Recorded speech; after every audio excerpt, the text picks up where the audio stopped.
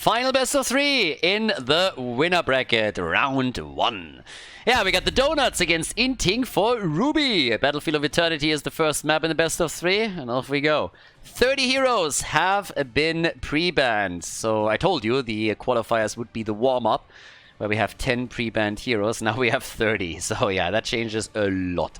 So if you think about the qualifiers and best of 3 matches in the qualifiers, think about map number 3 and realize that we are pretty much at this point starting with a third map in the qualifiers with the amount of banned heroes. I'm making this way more complicated than it has to be, and I'm probably confusing half of you. But anyways, 30 heroes are pre-banned. Every single hero that gets played in the series cannot be played again. The Donuts are going up against Inting for Ruby. It is the last match in the first round of the winner bracket, and whichever team wins here goes up against the Hardos in the next round. The loser drops down into the losers bracket, still has a shot of winning the tournament. Powered by Hightech. And as I said before, if you guys want to support the tournament, if you enjoy the coverage, if you enjoy the system, check out the link in the description, ! Hightech for the Twitch viewers, and just check out Hightech.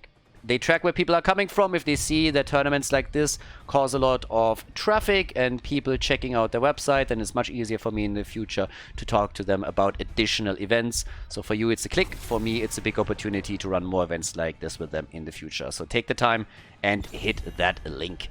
Now, in game number 1, we got Sylvanas and Varian banned out. With 30 heroes banned, the 2 roles that are attacked the most, as I explained in previous matches, are the tanks and the supports.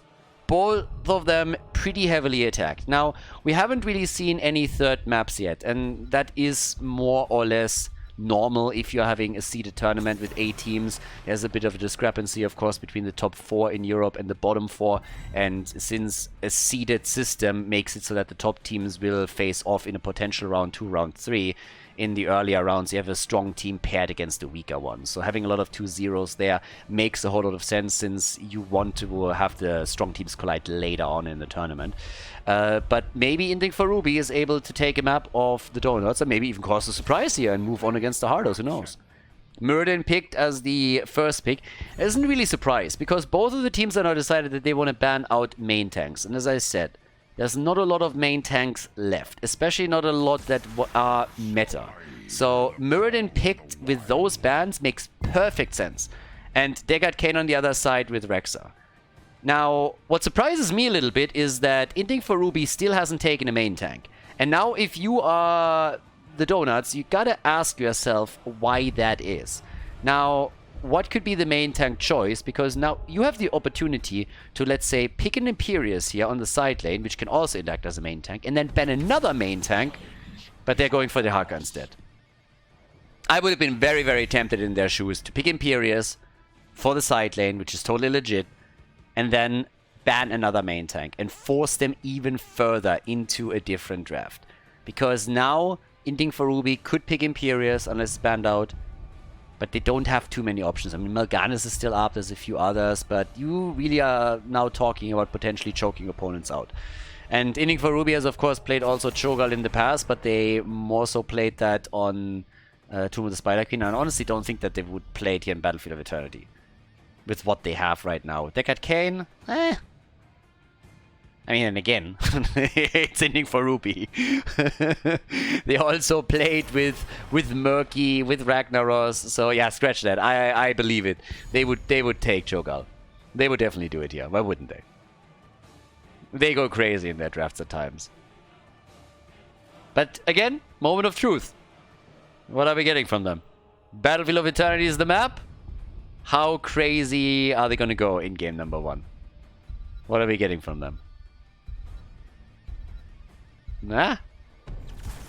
Sergeant Hammer for the first time. It's Hammer time. And we get Thrall. Green Jesus is in the house. So Fish still doesn't have a pick. No main tag from them yet. But yep, they're going to play Protect the Hammer here. Li Ming, Dehaka, Murden. And here comes Tyrande. Alright, Tyrande's in. And last pick. A little bit more damage. More of a... What's Scott gonna take? Kelthas! Salami boy is in. Oh yeah. Our pizza boy. Well, the fish, we need another frontliner for them. Someone that can shield Sergeant Hammer at least a bit. That's kind of what you would expect. I'm currently thinking about what else is there.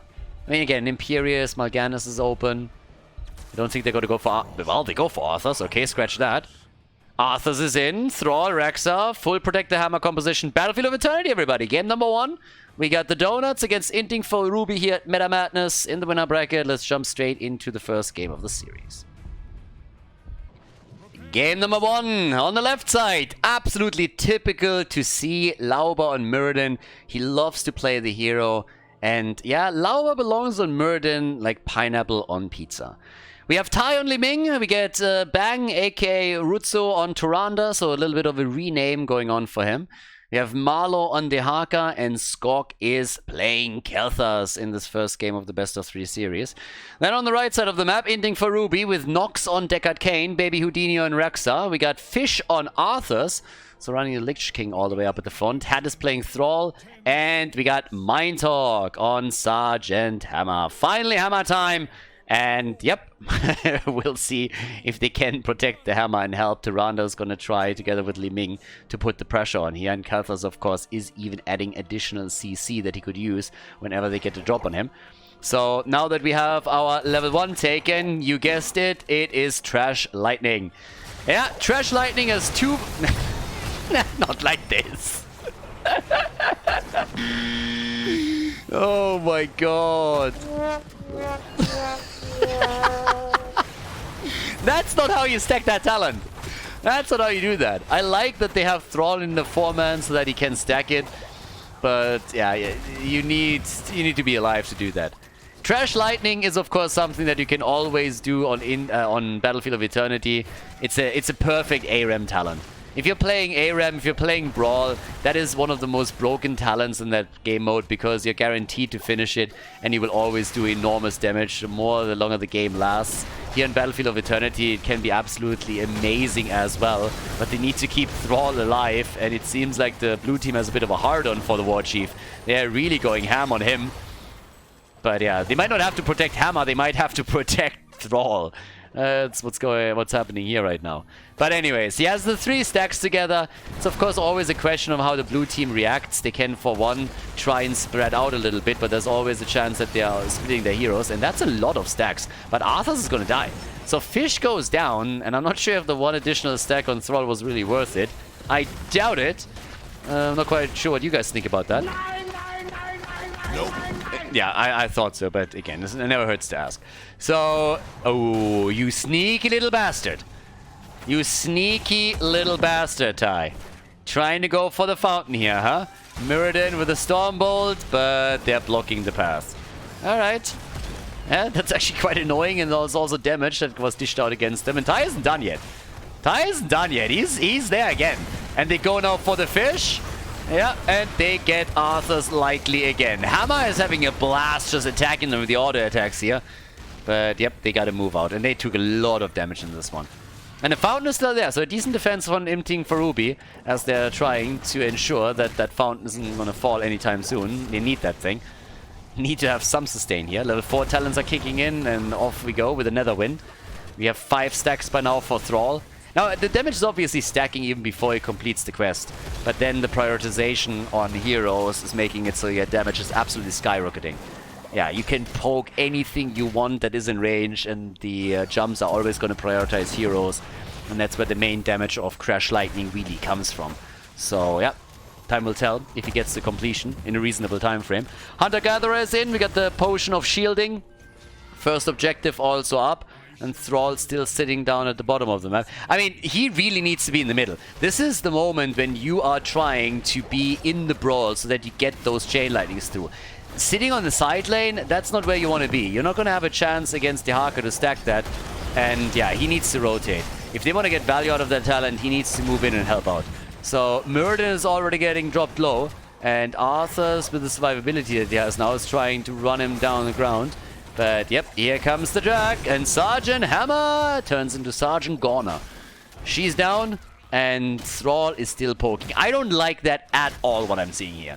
I don't like that even a little bit. If you go into Trash Lightning You need to be in the brawl, or you're not gonna get any value out of that talent. And then go for a different one. Go for the Trolling Thunder. Go for the Egg of Elements. I don't care. But if you want to play with a purple here, then make your play. So Baby Houdini in trouble, and he's dead. Baby Houdini is down. Same time, Arthur's slowly retreating. Muradin greets him with a Stormbolt straight to their face, and the fish still on the run, and he makes it out.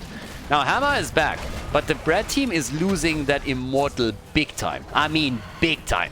That's 100% shield Immortal nearly. They're going to get a couple of hits in, but that's already about it. 16,500. Oh boy, that one is going to hurt. That one's going to hit hard. Yeah, good luck with the defense of the top fort. Now, Hammer is... She doesn't have level 7. Okay. Zoning Stormbolt. Zoning Stormbolt from Lauber. Yeah, it doesn't have level 7 yet. And there it is. Okay, so now we got the Hover Siege mode. That was important. We got the paralyzing enzymes this time. Yep. And here comes the push. Mind Talk, that's really the one thing that's probably going to save them here. Without that range and heavy hitting auto attacks, that fort would have been gone. So this is going much better for them than I expected. With how big the shield on the Immortal was, I expected this to be a lot worse. But Hammer has to reposition. Li Ming coming in. She's not the only one. Dehaka is also on the move, and the fort falls after all. Yeah, they won't be able to save this one. Nice drag, and that's another kill on Thrall. He's sitting at 9 stacks. Still a little bit low here. But, yep, that's another kill. Arthur's down. Lauber alive. 6 kills to 0. The Donuts, everybody. They're taking full advantage of that early game and catapulting it forward with Seeker. No Calamity. No Calamity for Tai. Instead going full Seeker. Something is, by the way, really wrong if Volleyball Li Ming is riding like in the, what's it even called? Like the woman side sitting thingy that you do in the saddle. She's riding the goblin here. The treasure goblin. Like, something is wrong with that picture. I don't really know. Lauber, low. Couple stacks maybe this time for boy Thrall. If he completes it, then they still have some hope. But party time. Stacks for the Frost Presence. Stacks for the Crash Lightning. Let's take another. Look at this. This is just wrong. I mean, this is just wrong. This is like, I don't know why, but I see that in something you use like, nope. Nope, nope, nope, nope, nope. Rutsu! Tyrande goes down. Finally, the first kill for Inting for Ruby. But at what cost? At what cost, team? They lose 3. They lose 3. 3 down, level 10 abilities is just a bit too much for them to handle. The Haymaker Playmaker. Lauber. Who needs Avatar? Well, he doesn't. And they go for the bottom fort. They already dropped the one at the top. Now they go for the one down here. Don't even care about the minion wave. Lauber just eats the damage. And that's going to be the end of the second fort of the game. Now Inting for Ruby gets level 10 as the objective is up. But I wouldn't call that a fair fight either. So, yeah. There we go. We already have the Army of the Dead in. We get the Earthquake. The big fucking gun. I mean, I'm sorry, Blizzard. We all know what BFG means. Blunt Force Gun. Yeah, sure. So, yeah. Stay a while and listen us in. And here we go. Let's go, Tai. Ooh, we might... No. They pop Rexer. No chance for him. Haymaker, Isolation, Stormbolt. Oh my god. Deckard Kane. I feel for you. The old man gets abused. Gets absolutely abused by the Swedes over here. That was rough. Fish is also going down. That's 12 kills to 1 now. And there is so much pain in this game. It's a 2-level lead now. And poor Inting for Ruby. They should have gone for Murky Abyssar. I'm telling you. Murky Abyssar. That was the play right here. But no. So yeah. Same time, we got the Wave of Force, the Shadow Stalk, Isolation if we didn't catch it yet. The Haka already able to bring a few of them through. Seems like the red team, did they have enough? No, they're a glutton for punishment here. They're coming in again. Yeah, they want to go for the next fight. Okay. Murden, they go for the defensive move now. There's nothing else that they can do. Karazim is at least done with nothing because he's not in the game. But Kel'Thas is done with his quest, so that's going to help him with the survivability. And it seems like the Hogger bit a little bit more off than he can chew. But the flank is coming in. The big haymaker. Marlo though. Marlo low. Mind Talk also a bit in trouble. Lauber wants to go for the solo kill apparently. The Immortal is already taken. And Lauber is still on the run, but oh, and he gets out.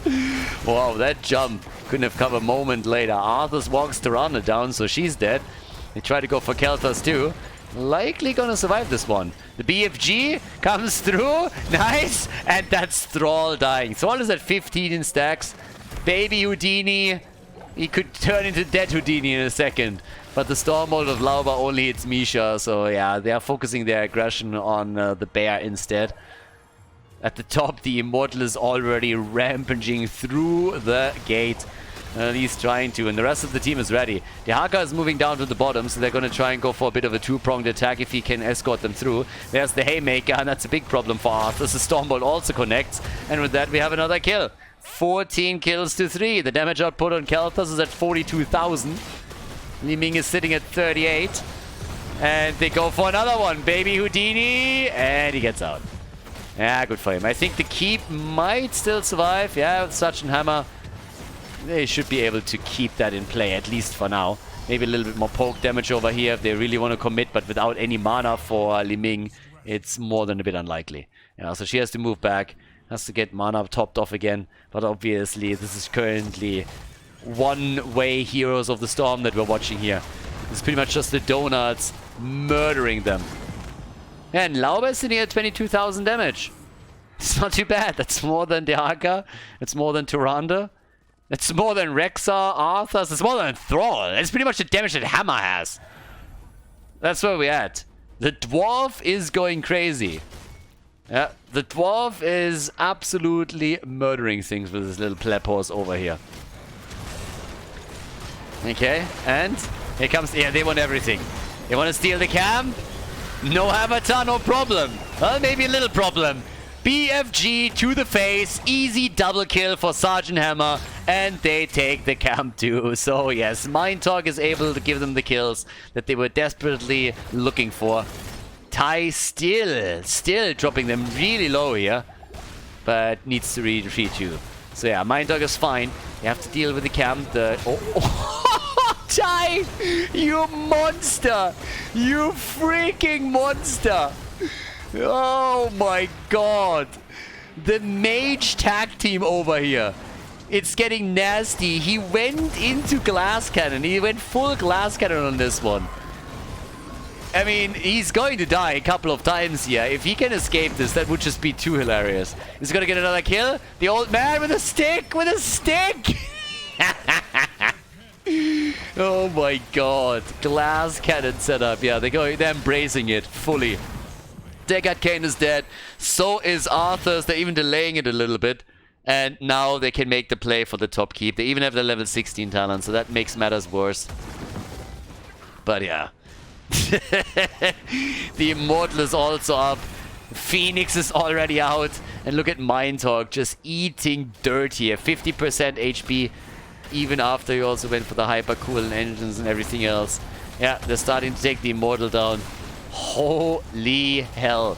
18 kills to 6. I mean, I don't know what's happening here, but the madness is definitely real. We had so many kills. Every single map that we're seeing, we have 2 to 3 kills per minute, which is just nasty. The only one that has not died in this game yet is Skog. Kel'Thas is the only player that hasn't died yet. And he's still ahead in damage.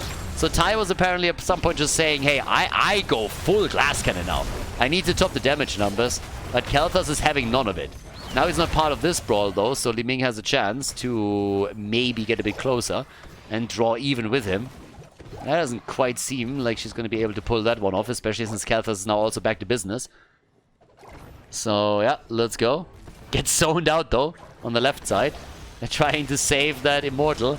I don't think they have a chance here, as nobody is doing any Immortal damage. But there's the combo and another kill. Yeah, that's a kill. Old man. But yeah, Hammer down, Thrall down. Kel'Thas dies. Kael'thas dies, so finally they get another kill. The Stormbolt connects with Deckard Cain. Li Ming says thank you for the layup. Comes through with a combo, and she gets another kill with the help of Myrddin as they drop Raxa. So the top keep is about to fall since the catapult is already homing in on it.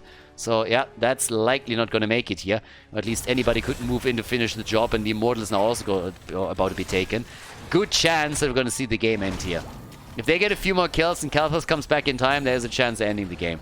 Now, Rutzo is a bit low in mana, so that's a concern. That's a problem. The keep topside, by the way, is still there. One shot away. Fleming gets one combo, that's it. Kill attempt against Bang, but already healed himself just a bit.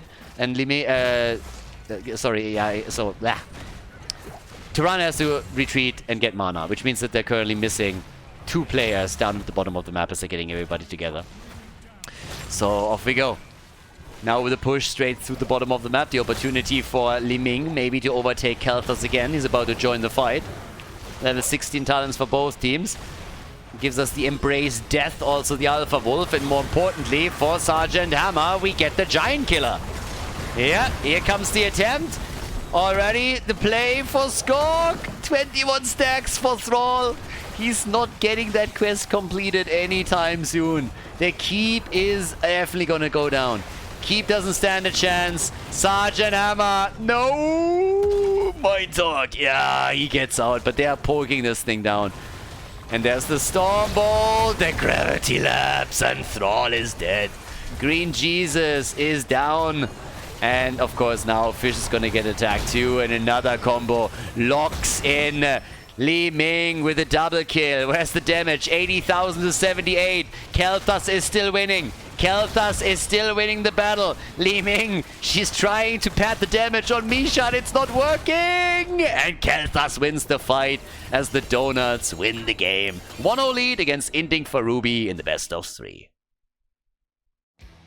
Before we head into game number 2, make sure that you subscribe to the channel if you haven't done it yet so you don't miss out on any future content here on Khaldor TV. Infernal Shrines, the second map. Yeah, the lead for the Donuts. They blasted them on the first one. Obviously eager to face off against the Hardos in the next round. And yep, I kind of expect them to go ham on the draft. I said before, if Lauber doesn't have a hot date, then they are going to meme a little bit in the draft. They always do. Every single time that they feel they are the favorite in the series and they have taken the lead, they start to go a bit crazy on the draft, which is pretty easy in Meta Madness. I mean, at this point, 40 heroes are removed from the game. So all 10 heroes that were played in game number 1 are not available anymore. You can't pick them any longer. And all the 30 heroes that are permabanned for the entire event are obviously also not able to be picked. So, yep, there's the variant ban again.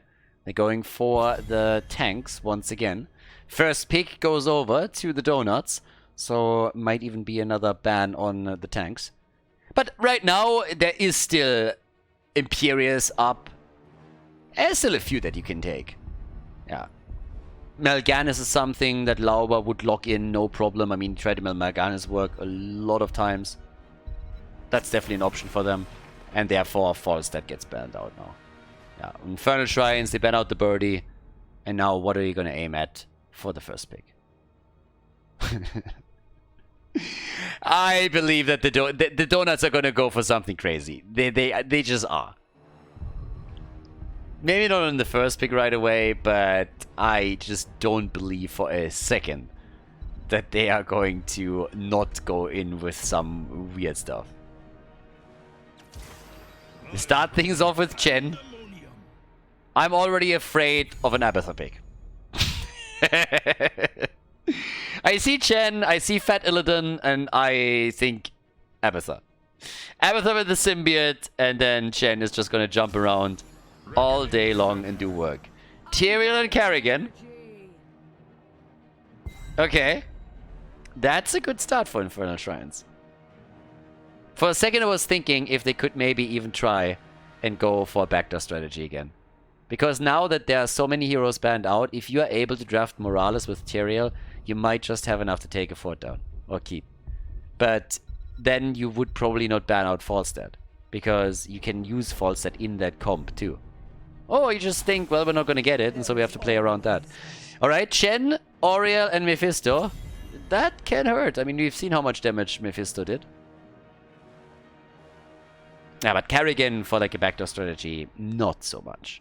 She's not really the hero that screams like, oh my god, we're going to do damage on the keep now. Not going to go for core. No, you want to go for the objective. You want to go for sanctification, Kerrigan combos, and then get kills in.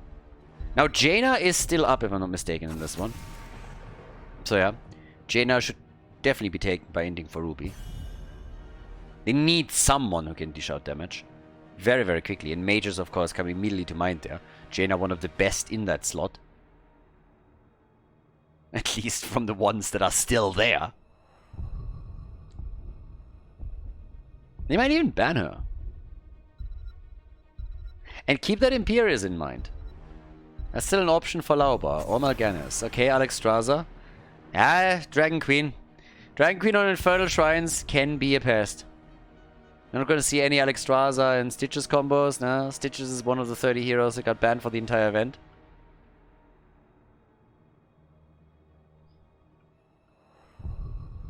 Alright. It's a bit of a moment of truth now. Inting for Ruby. That is fairly normal. Rhaegar and Sonya. Okay. They really want to win this one, don't they? Massive frontline, big damage, good control over the shrines. That's solid. I'm still curious to see what Hat is going to take. That's going to be very interesting, since he's going to be the only range damage for the team. But on the blue team side, Lauba, is he going to go Mal'Ganis? Are we going to see Imperius? Something completely different? Are we going to get an Avatar? Mal'Ganis and Leo. Still no Abby. Yeah, maybe not the best, but not the best trap for it, but I need my Avatar. I have withdrawal symptoms already. It's like, no. Oh, my F. Alright, alright. Okay, everybody. That's it. Inting for Ruby against the Donuts. Game number 2, Infernal Shrines. I mean, massive aggression for Inting for Ruby. Full melee setup from them. I mean, no range at all. And now in Infernal Shrines, we get the Mephisto play on the other side and Mal'Ganis plus Leo. Yeah, that's going to be spicy. Let's go. Map number 2. The Donuts against Inting for Ruby. We're looking at the second map, and Marlo is playing Leo for the blue team with Skog on Mephisto. Lauba on Mal'Ganis. We got Ty playing Chen and Bang on Yrel. Yeah, so they're swapping things up a little bit. Inting for Ruby with a massive amount of aggression here. Full-on melee setup with Maiev played by Had. We got Fish on Tyriel, Baby Houdini on Sonya, Mindtalk on Kerrigan, and Nox on Rhaegar. I mean, this is super aggressive. If you commit with that lineup, you are committed to the fight. And you can run over an opponent, but if they poke you down, if they control you with Sicilian sleeps that they have, then whew, that could be dangerous. So I'm not quite sure if I'm sold on that draft. I mean, I can see what they're trying to do here, and it can definitely work, but in order to make that work, you need to take the lead early, and then you need to carry that momentum. If you end up being behind, then it's really tricky, because every single battle is only happening if you fully commit to the fight. You will very rarely get a chance to move away from the fight itself with all of the tools that are ready for the Donuts here. So I'm not quite sure if this is going to work out the way that they intended to.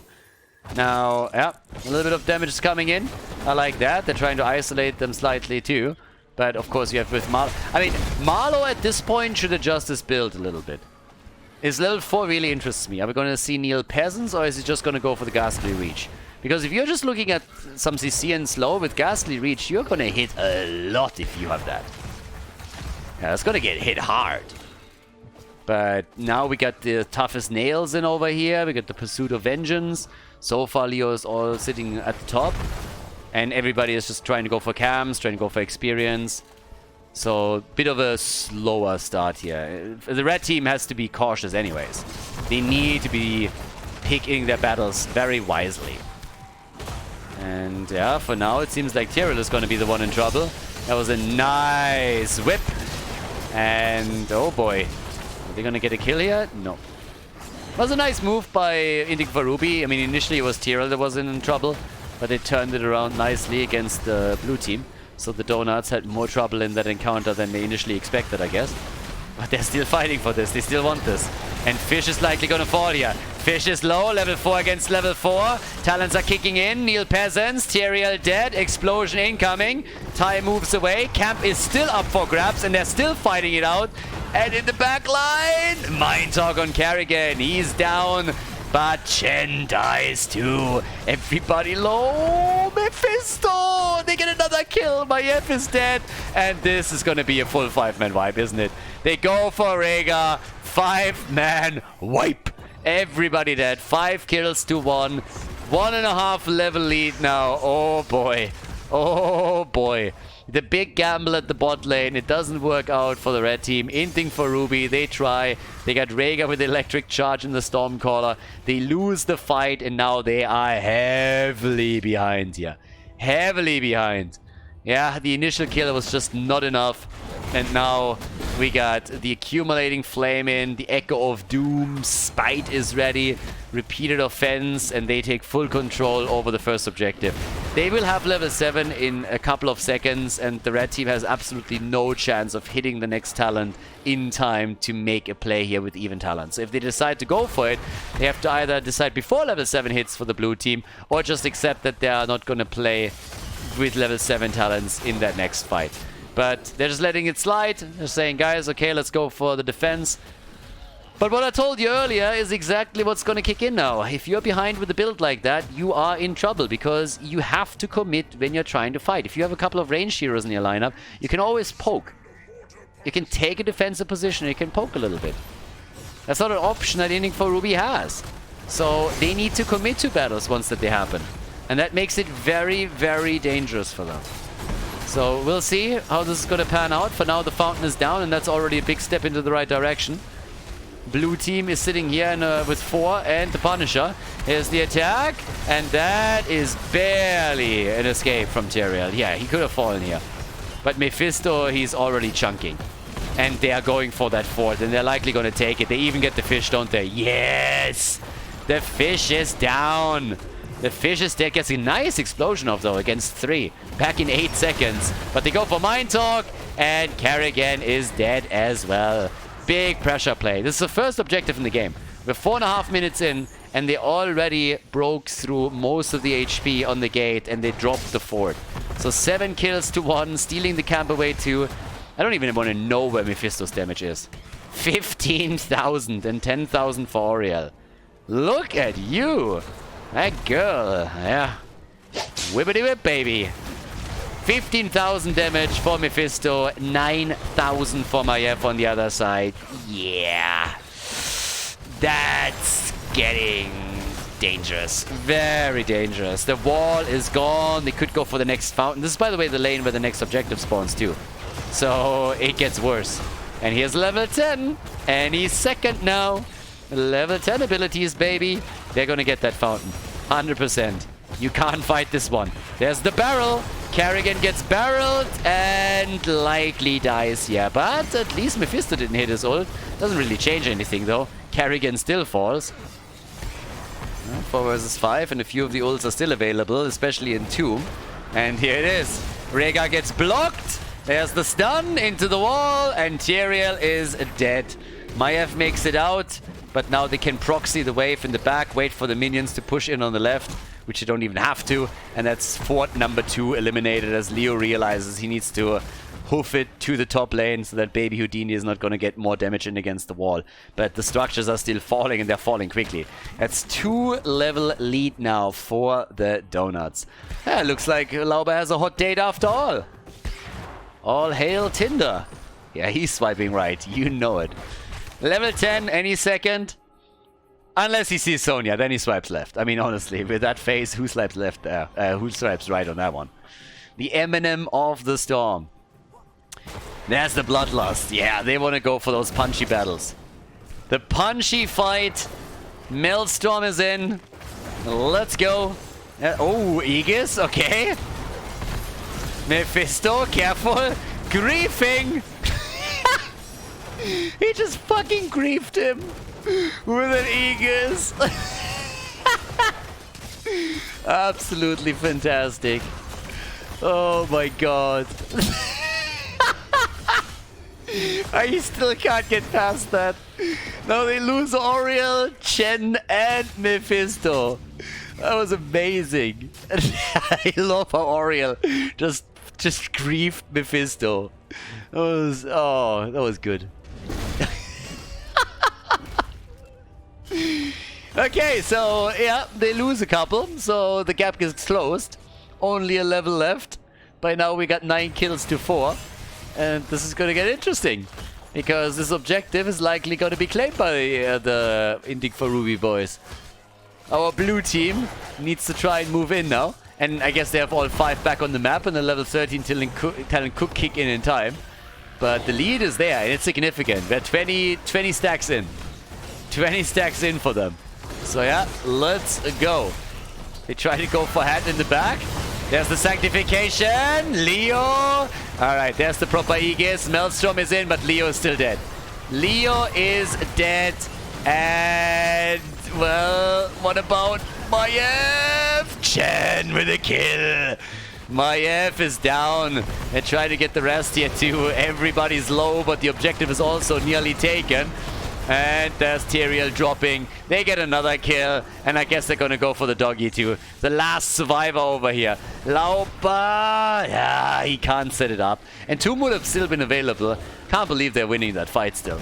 So yeah, the objective gets taken. 25 to 33. And of course the camps get claimed too. Yeah, 13 kills to 5. They're just too far ahead at this point again. I mean, Mephisto is going to try to open up all of the gates so that even if Yrel is griefing again, he can just deal around that. But yeah, the boys are definitely having a bit of fun. Lauba, interestingly enough, is the only one that hasn't died yet. I know. I can't believe it either. But Lauba has not died yet. So yeah, Lauba still going strong here. The only one that hasn't fallen in this game. Everybody else has at least died once. And this is going to be the first keep of the game, isn't it? 9 minutes in. There's already the jump. Nicely procced. They don't have Bloodlust, so they can't use that. Sanctification is back up in 3 seconds. Maybe that is going to help a little bit. But it's not going to change the outcome of what's happening at the bottom keep. That thing's gone. That thing's just gone. Punisher jumps in. There's also... Oh, Kerrigan! Kerrigan with a kill! Kerrigan with a kill and the sanctification. Can they maybe save this one? Nah. I don't even know why Ty moved in. With the Arcane Sentries being dropped, he didn't even have to. But he can always kick it out, can't he? Why did you move back in? What? Dude, you were out. The Panda on the run. He dies on the left. The rest of the team is also on the move. Lauba is, by the way, at the top. Lauba is all the way at the top right now. I guess both of them are going to die. Yeah, Bang can survive a little bit longer, but he's going to fall too. Marlo wanted Kerrigan, didn't get her. And Lauba is now side laning. Side lane Lauba. And that boy is griefing. What is this? What is this shit? You could have attacked the core. That would have been a couple of points. Nope, now the shield regenerates. Honestly, these catapult drivers that we have in Heroes of the Storm, they are just griefing. They're always griefing. We're talking about griefing. Rhaegar down. They're going for the big fight and they get the kill. They get the kill. They get the double. What is this? They're going full Aram on us right now. Oh, yes. The slam. Baby Houdini. He's able to get at least one. They got the level 16 again. So another talent lead for a little bit longer. Inting for Ruby is catching up. But of course, the structures, they tell a very different tale. That's the biggest problem here. Yeah, the top gag. Top gag. Baby Houdini, all alone. All alone. Spin to win, baby. Can't spin all day, every day. Nope. That's a kill eventually. Well, actually, it turns out he can spin for quite some time. He's spinning a lot, but he's still dying. So Kerrigan is now up at the top. 16 versus 17. Finally got their talents. And that gives us also the Burning Halo. We got the Rising Storm after the Tidal Waves kicked in. And the next objective is in the middle of the map. Yep. Middle of the map. That's where they destroyed the wall earlier, nearly completely. I mean, well, not completely. The gate. The gate, I should say. So, we have 25 kills now. More than 2 a minute. With the setup that we have, I would not really be surprised if the Donuts with Leoric just said, okay, Burning Despair it is. Wouldn't shock me even a little bit. I mean, at this point, why wouldn't you? So we'll keep our eye out on Marlow and what he's gonna do here. 41,000 damage for Mephisto, by the way. I'm honestly bothered at this point, looking at the stats and seeing Lauber without a death. Something is wrong here. Something is just seriously wrong. Lauber not dying? Who's ever heard of that? I mean, if he doesn't have at least his one early game death, then something is just wrong. I should give him a call later and ask him if everything's okay. I'm worried about the kid. Something doesn't seem to, like, something is out of the ordinary here. Alright, next shrine is activating. And they are trapping, I guess. Their obvious bait is obvious. Captain Obvious just called. He wants his bait back. I mean, are you serious? Like, they're not that dumb. Inting for Ruby looks at this like, yeah, okay. Yeah, I mean, hello. That was way too obvious here. But there's the backline attack. Here comes the Bloodlust. And immediately the keg plays. Karrigan gets bullied back. The real fight continues. And Yrel is the first one to fall. But Yrel and Maiev are also getting dropped. And now they're going for the rest of the team. And if they can take all of them down, then that would maybe even be game. But, well, Sonya is carrying this a little bit. Leo is completing his quest, so good for him. That's still trying to take Sonya down, but Mephisto has now died as well. It's a 2 versus 2, and it's a 2v1. Ty is the only survivor. Yeah, and he is gonna get the hell out of there. Rhaegar wants the bite, and he's gonna get it. They're gonna take him too. That's a kill. Chen is down. Catapults are finally on the core, on the other hand. So I'm not quite sure how much of a problem that's going to be. Yrel is back in 7 seconds. But with 2 catapults on the core, that could technically be some damage. Nah, not enough. They haven't really scaled enough yet. If those catapults would have scaled properly, but we're only 14 minutes in, then maybe. But this is still going to be objective number 1 for them. Yeah, that's going to be the first one. And Lauber finally died. Alright, so everything seems to be in order, guys. Lauber died at least 1. So it's we Gucci. But Inting for Ruby, they are half a level behind. About it, 20. Yeah, there it is, Burning Despair. Of course he goes Burning Despair. With that comp, Mimic is in. And, yep, they can wait this out a bit. So they try to go here for the setup. Leo, there's the Burning Despair. And they're like, alright, we were getting out. Yep, Leo is just saying hello. Okay, they're still gonna take the Punisher. Topside forward, most likely going to be safe. And it's Frozen Punisher time. Frozen Punishers are a beast. They have level 20. So now at the bot side, we got the Gladiators Washout. We also have the Holy Arena. And we got Ignore Pain. If they turn this, that would be fantastic. If they are able to turn that game, God, I would laugh so hard. Okay.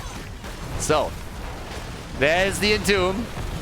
They already move in. Where's the Durance of Fate? Not being used yet. Marlow can drop the Burning Despair. Needs to move out. And once again, big stuns. Big freeze.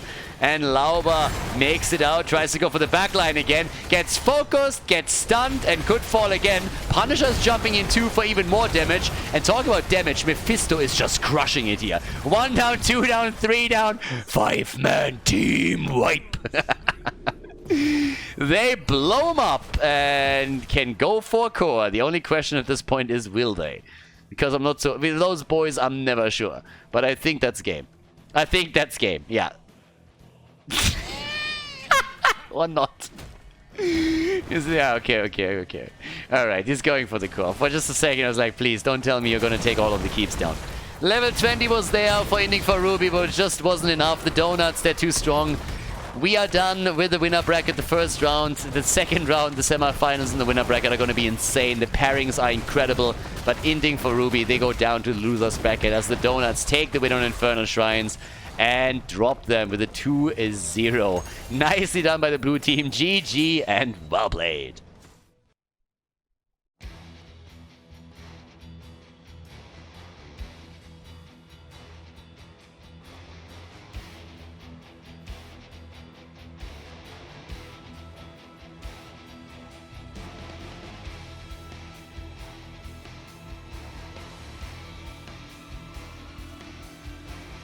Thank you everybody for watching the video today. I hope that you enjoyed the show and the commentary. And keep in mind that the spoiler protection that is going to run for the rest of the video is made possible by all the support on patreon.com. So guys, if you want to support my work, if you want to help me start new projects and keep the spoiler protection in place, please consider heading over to patreon.com/Khaldor. There's also a link in the YouTube description, and check that out.